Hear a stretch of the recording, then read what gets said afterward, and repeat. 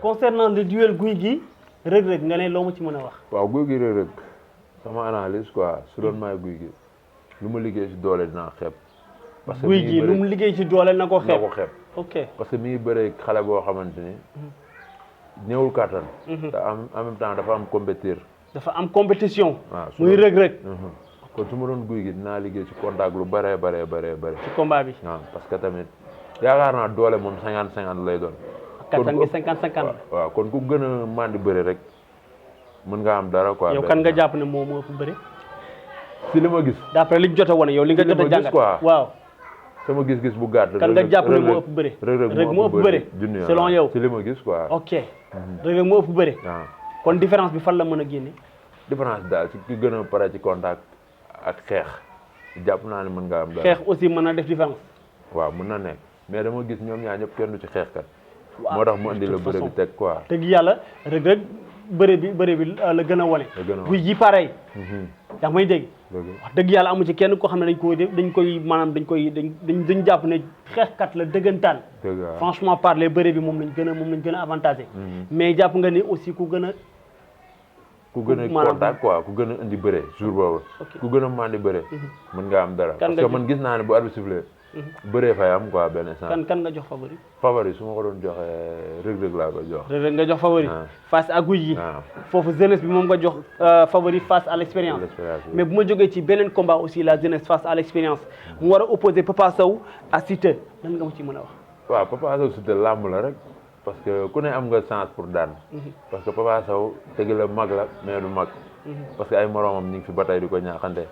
xam nga Siteu tamit nekk xale boo xamante ni si yoon la ne. kon tamit combat li ma waxoon fële laay waxaat rek ku gën a liggéey gën a fonk bis bi mën ngaa am ndam parce que ku ne mën naa daan sa morom ñoom ñaar ku ci ne mën a daan sa morom ku ci ne am na sens pour daan sa morom kan mooy favori su ma ko doon joxe Papa laa koy jox Papa Sow foofu aussi expérience bi moom ngay jox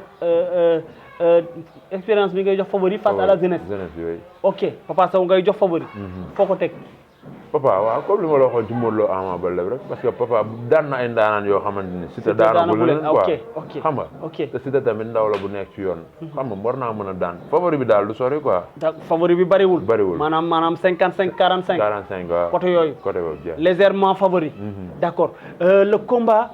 le choc des guerriers le choc des titans Sa Thiès face à Moussa Ndoye loo mu ci mën a wax waaw combat tamit lamb la bu yéeme parce que da di ñaari ndaaraan te ñoom ñaar boo xoolee seen combat waroon na doon ba yàgg sax mais amaana combat bi 2014 la woon voilà amaana suñ borom a ngi koy door a tudd mais lamb la tamit parce que ñoom ñaar dañoo neexoo ci côté palmarès parce que boo xoolee ñoom ñaar ñëpp daan nañ kii Lac Rose bokk nañ ay adversaire quoi bëri na ñoo Malick Niang mu daal leen ñoom ñaar kon combat tamit ku gën a liggéey rek mën nga am dara ku gën a liggéey parce que boo nee diw waaw moo gën a kii rek mais de nature Moussa Ndoye day liggéey de nature Sa Thiès day liggéey naturellement Sa Thiès ku ko xam ne dof la ci entraînement dafa ñeme entraînement yaa may dégg kon loolu wax ju yàqu la ku gën a liggéey moom foofu moom xam naa ne dañ fay jógee parce que ñaar ñëpp dañuy liggéey yaa may dégg Moussa Ndoye dafa ñàkk classe bi final face à Malick Niang mu jóge ci taxaw juróom-ñaari ak 7 ans kenn mënu ko yëngal mu jaar ci garga freiné ko mu jóge ci def année blanche bëgg a teguwaat ci yoonam Sa Thiès dafa dem bañ ne benn combat moo ko desee mu dugg ci ténor yi demi final moom ak Boy Niang numéro 2 ñoom ñaar ñoo gën a prouvé ci seen i morom ñu boole leen ku daan jàll dugg ci ténor yi ku daanu xaar Boy Niang daan dem ci ténor yi moom Sa Thiès mu war a gestuwaat defaat ay preuve am benn instant Sa Thiès Moussa Ndoye ñoom ñaar ñëpp ci defet lañ jógee ma combat boobu beneen affaire la combat loolu tax muy métti parce que ñoom ñaar ñëpp ay champion lañ ay ndaanaan lañ te ku si ne si defet nga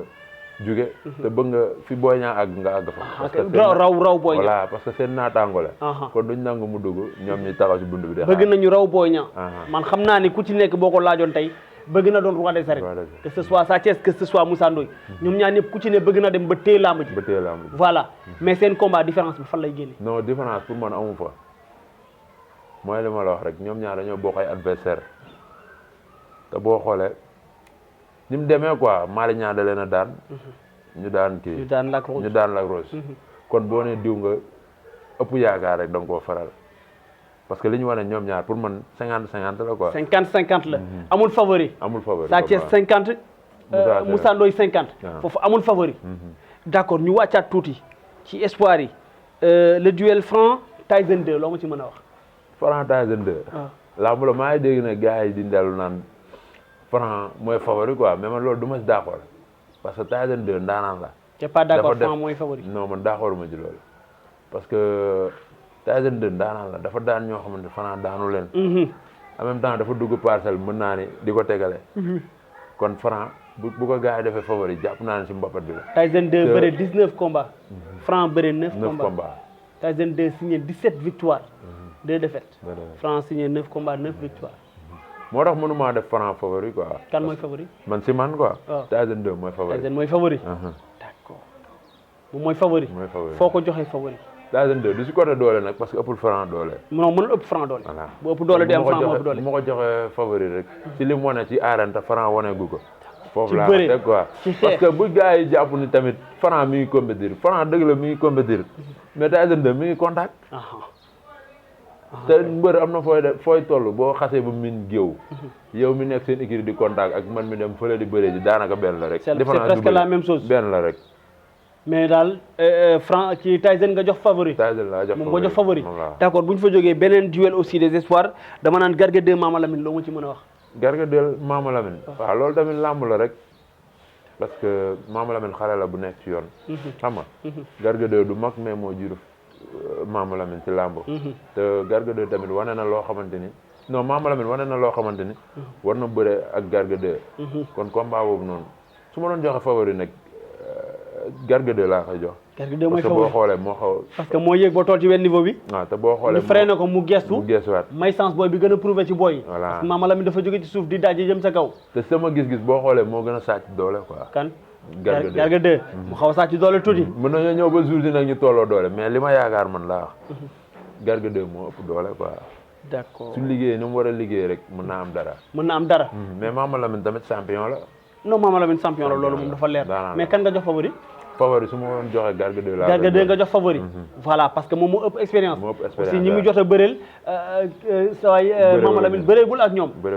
d'accord ba tey benn instant ñu wàccaat tuuti rek ci espoir yi ba léegi pour clore rek ma ne la le combat doomu dangu ak Jordan loo ci xalaat doomu dangu Jordan waaw loolu tamit làmb la rek parce que Jordan gëj naa ñëw te sawaay mi ngi doon compétir xam nga kon doomu dangu am na moom it lu muy liggéey tuuti rek mën naa am dara quoi bu liggéey mën na am dara mais combat bi passé instant bi combat bi nga xam ne moom moo passé xam nga combat yi ma la jot a laaj yëpp combat yi nga xam ne ñëwagul la mais instant bi combat bi nga xam ne moo passé muy le combat Lac de Guiers numéro 2 Eumeu Sène noo gisee combat boobu waaw combat boobu jàpp naa ne noonu la waroon demee rek parce que Eumeu Sène li ko war yëpp def na ko muy lan parce que man boog su ma doon Eumeu Sène ni Eumeu Sène bëree jour boobu noonu laay bëree parce que amul lu muy prouvé ci Lac de Guiers amul looy prouvé ci Lac de Guiers bëri nañ ma daan ma duma ko ba mu génn saako yi waaw nga ñëwaat deuxième fois ma jàpp ko daan ko waaw kon troisième combat bi